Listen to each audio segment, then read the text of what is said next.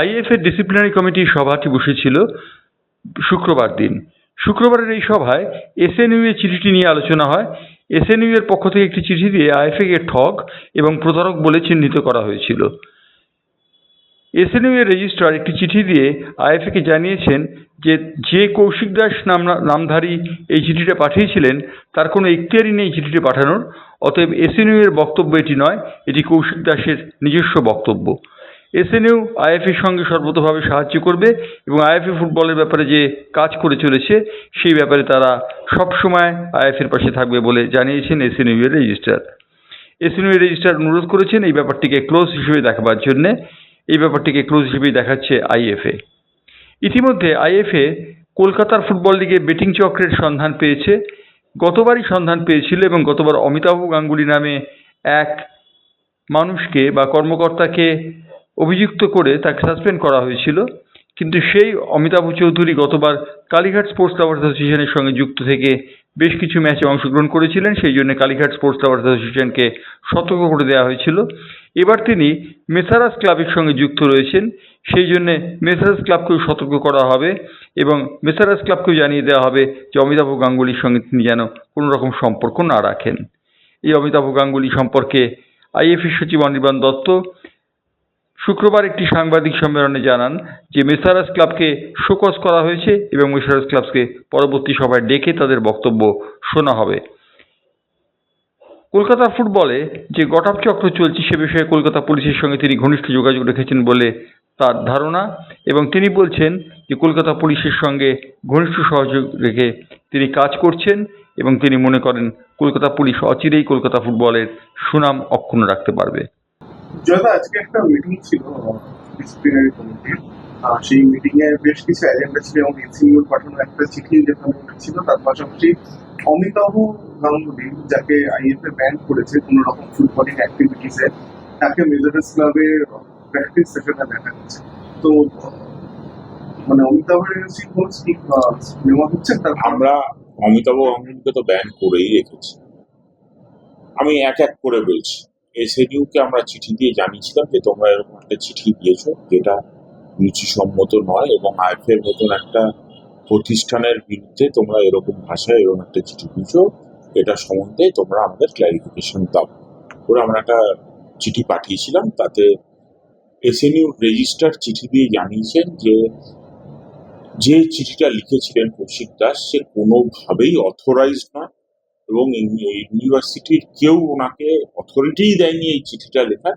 ওনারা জানিয়েছেন যে আমাদের আইএফএর সাথে দীর্ঘদিনের সম্পর্ক, আমরা বহুবার আইএফএর সাথে একসাথে কাজ করছি এবং এই রিলেশনশিপটাকে ভ্যালু করি এবং আমরা আইএফএ যে ভালো কাজ করে ফুটবল নিয়ে, আইএফএ যে কাজগুলো করছে বাংলার ফুটবলকে নিয়ে যাওয়ার জন্য এত দীর্ঘদিন ধরে, আমরা সেটাকে সম্মান করি এবং এরকম কোনো চিঠি দেওয়ার আমাদের উদ্দেশ্য নয়। আমরা এরকম কোনো চিঠি যে দিয়েছে তার কোনো অধিকারই নেই চিঠি দেওয়ার। আমরা রিকোয়েস্ট করছি যে আমরা এই ব্যাপারটা আপনারা ক্লোজ করে দিন। আমাদের তরফ থেকে এই চিঠিটা আসেনি ইউনিভার্সিটির, যে দিয়েছে তার কোনো অথরিটি নেই, এটা ইউনিভার্সিটির রেজিস্টার নিজে লিখিত জানিয়েছে। ইউনিভার্সিটি রেজিস্টার যখন এটা জানান, একটা বিষয়ে তো যেটা প্রশ্ন উঠছে যে তার যদি এখতিয়ারই না থাকে তাহলে সেই ইউনিভার্সিটি লেটারহেড ব্যবহার করে। ইউনিভার্সিটি লেটারহেডটা উনি ওনার এটা থেকে চিঠি দিয়েছেন, ইমেল থেকে। আরেকটা বিষয় যেটা বললাম, যেটা আমরা ডিসিপ্লিনারি কমিটিতে এটা আলোচনা করেছি। আমরা শোকজ নোটিশ পাঠাচ্ছি মেসারাসকে এবং তাদের ডেকে পাঠাচ্ছি যে যেখানে আইএফএর ক্লিয়ারলি জানানো আছে যে এই ব্যাপারটা নিয়ে যে একে আমরা ব্যান করেছি, তাহলে এ তোমাদের প্র্যাকটিসে থাকতে পারে কি করে, তোমরা এসে পুরো এক্সপ্লেনেশন দাও। আজকের মিটিং এ এটা ডিসাইড হলো যে আমরা ওকে শোকজ করবো এবং শোকজের লেটার যাবে, তখন ওরা আসবে। একটা বিষয় যেটা এর আগে আইএফএ থেকে জানানো হয়েছে, যতক্ষণ না পর্যন্ত পুলিশি কোনো রিপোর্ট আসছে ততদিন পর্যন্ত ডিপার্টমেন্টের এবং অমিতাভ গাঙ্গুলি এরা তিনজনের ফুটবলিং কোনো অ্যাফেয়ার্সে আইএফএ ডিস্ট্রিক্টে থাকতে পারবেন। পুলিশের যে তদন্তটা এটা কতদূর, মানে কোনো রিপোর্ট কি? আমি কিছুদিন আগেও আমি আর আমাদের president commissioner of police mister বার্মার সাথে দেখা করেছিলাম। উনি আমাদের আশ্বাস দিয়েছেন যে আমরা তৎপরতার সাথে এটা নিয়ে কাজ করছি এবং আমি দেখছি যাতে এটার রিপোর্ট খুব তাড়াতাড়ি আসে, এবং তারপর থেকে আমার সাথে বেশ কয়েকবার ওনাদের যে অফিসারকে দায়িত্ব দিয়েছেন তার কথা হয়েছে, তিনি আমার অফিসেও এসেছেন, তারা কাজ শুরু করেছে। যেহেতু একটা ইনভেস্টিগেশন চলছে, এই নিয়ে বেশি কথা বলা আমার উচিত না, কারণ সেটা ইনভেস্টিগেশনটাকে কম্প্রোমাইজ করতে পারে, সাবজুডিস না, ইনভেস্টিগেশনটা কম্প্রোমাইজ করতে পারে। তো আমি আজকেও ওনার সাথে কথা বলেছি, আমরা রেগুলার টাচে আছি, এবং আমি যতদূর জানি বেশ কিছু সিনিয়র অফিসার এই ব্যাপারটা ইনভেস্টিগেশনে জড়িত রয়েছে। আমি আশা রাখছি যে পুলিশ খুব শিগগিরই এই চক্রটাকে ভাঙতে সফল হবে এবং কলকাতা ফুটবলের ইন্টিগ্রিটিকে প্রোটেক্ট করতে পুলিশ ফোকাস। মেজারাসকে কি কোনো রকম ভাবে সাসপেন্ড করা হতে পারে যদি মানে এরকম একজন এটা ডিসিপ্লিনারি কমিটির ব্যাপার, তুমি যদি বলো যে আমি আগে থেকে বলে দেবো কি শাস্তি হবে, সেটা তো হতে পারে না। মানে এরকম কোনো সম্ভাবনা তারা আসবে, তারা শোকজের উত্তর দেবে, কেন তাদের প্র্যাকটিসে ছিল, কি হয়েছে সেটা জানাবে, এবং তার উপরে ভিত্তি করে ডিসিপ্লিনারি কমিটি বসে চিন্তা করবে যে ঠিক কি হওয়া উচিত। এই কি হওয়া উচিত সেটা অ্যাডভান্সে আমার পক্ষে বলা সম্ভব। এখানে একটা সাপ্লিমেন্টারি প্রশ্ন আপনার কাছে রাখছি।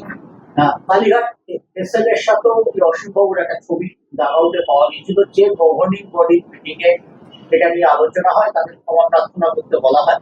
সেখানে মিটিং এর শেষ দিকে এখানে আমরাও ছিলাম। নবাব ভট্টাচার্য খুব পরিচিত নাম বাজানে, ফুটবল নিয়ে থাকেন আপনার মতো 365 দিন।